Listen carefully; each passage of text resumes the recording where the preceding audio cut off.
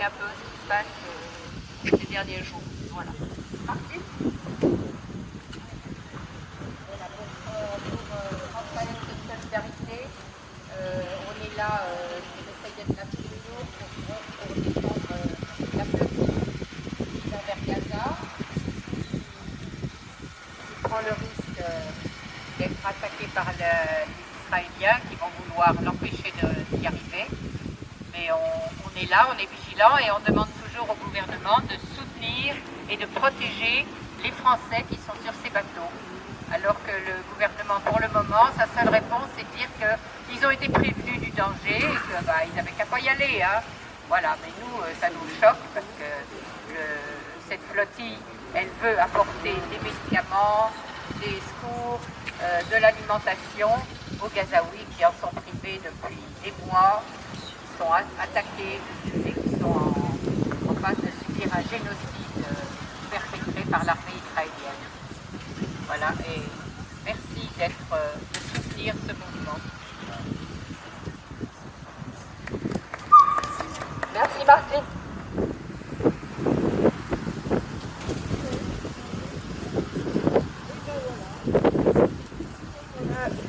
Bonjour. Alors moi je voulais vous témoigner vous savez, on a appelé il y a eu un appel international à interpeller nos autorités et notamment en France, interpeller le gouvernement français pour agir, pour protéger la flottille. Donc il y avait la proposition d'appeler à l'Élysée, d'appeler au ministère des Affaires étrangères et notamment d'appeler les services qui s'occupent des Français à l'étranger qui sont en danger.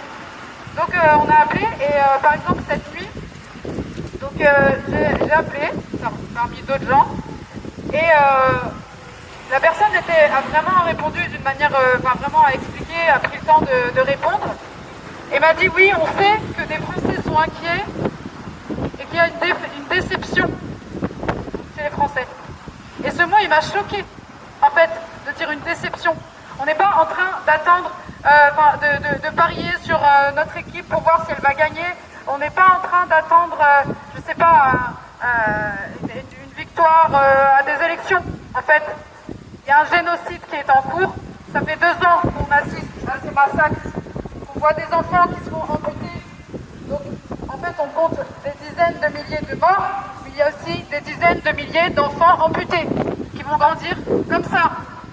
Donc, sans parler de la famine, sans parler de tout ce à quoi on assiste, sans parler des prisonniers, des prisonnières. Donc en fait, ce n'est pas une déception. Voilà, c'est ça que j'aimerais exprimer au service de l'État français. Ce n'est pas une déception qu'on vient exprimer ici. C'est une profonde honte, en fait, d'être français. Une honte, une humiliation pour nous, le peuple français, en tout cas une partie du peuple français qui est solidaire de tous les peuples opprimés sur terre, et notamment du peuple palestinien. Donc voilà, c'est important que ce soit pris à la hauteur de ce que c'est, et pas des êtres sensibles, les pauvres, ils ne savent pas la réalité de la géopolitique, etc. On comprend très bien la géopolitique, on comprend très bien ce qui est en jeu en ce moment, que tous les États sont complices, que les États arabes, même les États arabes, après une attaque au Qatar pendant la négociation, un meurtre des négociateurs, et que maintenant ils viennent proposer un plan de paix alors qu'ils ont tué les négociateurs au Qatar. C'est inadmissible en fait, c'est inadmissible maintenant de venir nous parler de propositions de paix. Voilà, donc c'est pour ça qu'on est là aujourd'hui, qu'on sera là jusqu'à l'arrivée des bateaux en sécurité. Et voilà, ce qu'il faut savoir, c'est que cette nuit, il y avait 20 drones au-dessus des bateaux et un navire de l'armée israélienne qui a déjà approché du bateau. Donc le danger est de plus en plus grand. Donc n'hésitez pas à continuer à interpeller nos autorités pour leur faire part de cette inquiétude qui est réelle et qui est complètement légitime. Voilà, on est tous avec cette flottille. Elle nous représente, elle représente notre dignité et notre honneur et notre humanité, voilà, ce qui reste de notre humanité en tant que Français, en tant qu'humain.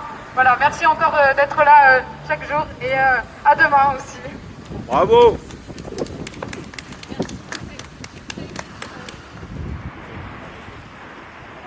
Alors, bonjour à toutes et tous. Déjà, je vous remercie pour Donc, comme Martine l'a rappelé, on est en soutien à la flottille qui s'approche de plus en plus de Gaza. Là, on a toutes et tous les yeux rivés sur la flottille parce qu'elle est très très proche d'atteindre son but. Le but qui est d'arriver à Gaza pour délivrer une aide alimentaire d'urgence, une aide médicale d'urgence pour briser le blocus qui est imposé à la bande de Gaza. Donc on les soutient de tout cœur. Donc on a décidé de se rassembler devant la préfecture et de venir tous les jours maintenant parce qu'on a des revendications qui s'adressent à notre gouvernement, à notre État français. Comme l'a dit Martine, la seule déclaration du gouvernement français, ça a été de rappeler que les personnes qui se sont embarquées à bord de ces bateaux, les ressortissants français, étaient conscients des risques qui étaient encourus en participant à cette mission humanitaire et pacifique. Et nous, ce qu'on souhaite rappeler, c'est que on est bien sûr, ils sont tous et toutes au courant des risques qu'ils prennent, mais ils ne sont pas les seuls à devoir assumer ces responsabilités. L'État aussi a des obligations. On le rappelle, à chaque fois, l'État a des obligations envers ses concitoyens et l'État a des obligations envers le droit international. Et il serait temps que le pays qui se déclare être le pays des droits de l'homme se souvienne de ses obligations et fasse quelque chose pour les assumer concrètement. C'est-à-dire qu'à l'heure actuelle, on en a assez d'entendre des paroles et sans actes réels, sans actes concrets. Et c'est ce qu'on vient rappeler ici tous les jours. Donc c'est pour ça que c'est extrêmement important de rester mobilisé, de rester présent. On a entendu hier les flotilles maritimes des États espagnols et italiens qui devaient accompagner la Global Summit Flotilla se sont retirés. Donc maintenant, plus que jamais, ils sont seuls, ils sont en train d'assumer seuls et courageusement le risque qu'ils prennent pour atteindre Gaza.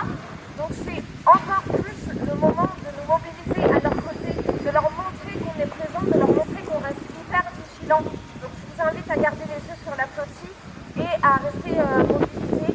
On se retrouve ici jusqu'à nouvel ordre, on se retrouve ici tous les matins à 10h devant la préfecture pour montrer qu'on attend que l'État assume ses obligations envers les Français qui sont à bord et envers cette flottille.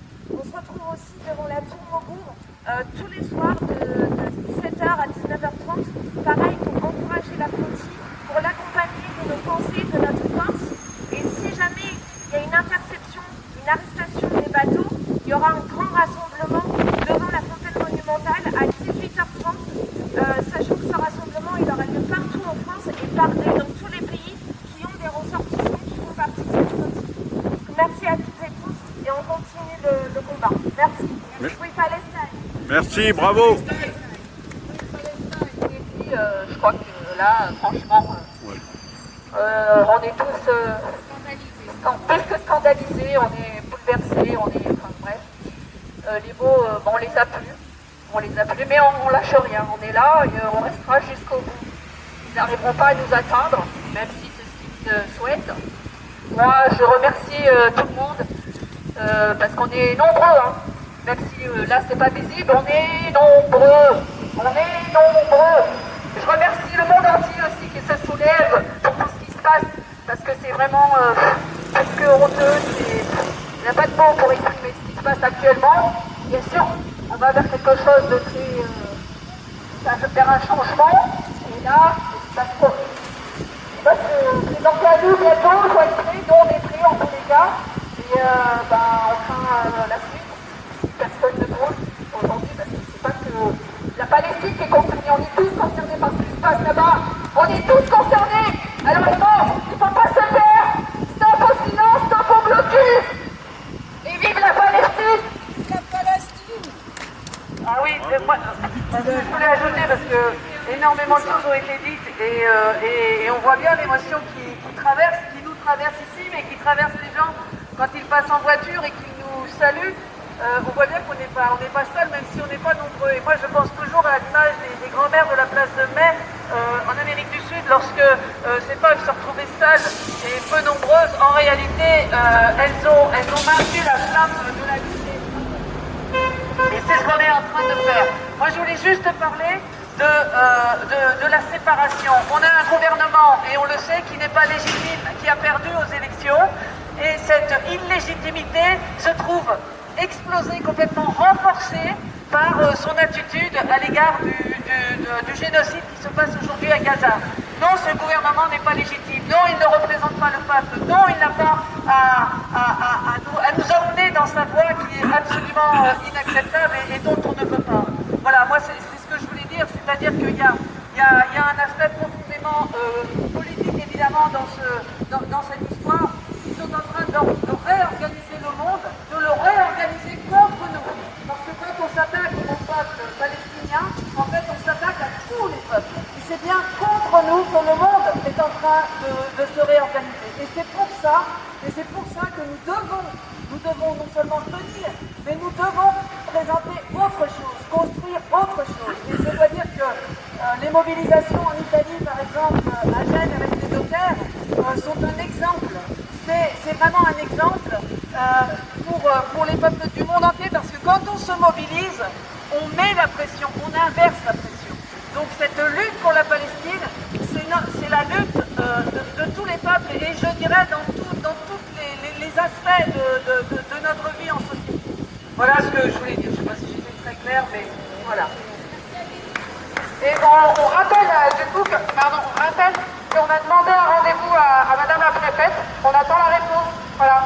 Justement puisque c'est elle qui porte la parole de l'État français sur le territoire drômois, voilà, de nous expliquer ce silence et cette inaction de l'État français. On aimerait qu'elle nous reçoive et qu'elle prenne le temps, qu'elle nous accorde un peu de son précieux temps pour montrer qu'elle considère sérieusement la demande de protection de la flottille. Merci. En fait, oui, c'est important de faire entendre cette humanité en nous. Et juste, je voulais rappeler qu'il y a une course qui commence aujourd'hui, c'est les championnats d'Europe de cyclisme. Et il y a une demande qui a été envoyée officiellement par courrier à la fédération, aux organisateurs, même au ministère des Sports. Et la réponse qui a été faite, c'est les athlètes israéliens sont les bienvenus dans nos compétitions. Voilà, donc c'est une compétition qui démarre aujourd'hui jusqu'à dimanche prochain.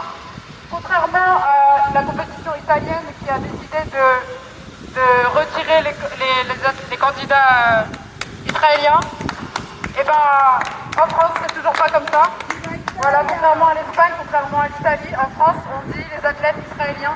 C'est pas contre les personnes bien sûr, hein, c'est important de le rappeler, c'est pas contre les athlètes, c'est contre le pays ou l'État qui représente. Donc la proposition c'est qu'ils concourent comme ça a été demandé pour les athlètes russes les dernières années, de participer sans maillot et sans représenter ce pays. Voilà. Donc important de savoir qui sont les complices et aussi d'aller, pourquoi pas rappeler qu'on est là nous aussi. Voilà, on est là aujourd'hui devant la préfecture, mais on peut être là à plein d'occasions pour montrer qu'on voit qui sont les complices. Il y a l'État français bien sûr, mais il y a aussi des entreprises d'armement, des banques, des commerces, des multinationales. Donc voilà, il n'y a plus d'impunité. Tous ceux qui sont complices de cette colonisation sans fin et des massacres qui vont avec ne seront plus jamais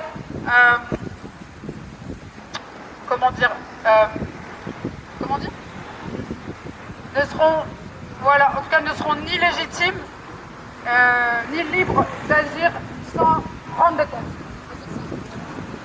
La flottille protégée, Gaza protégée, la flottille protégée, Gaza protégée, la flottille protégée, Gaza protégée, la flottille protégée.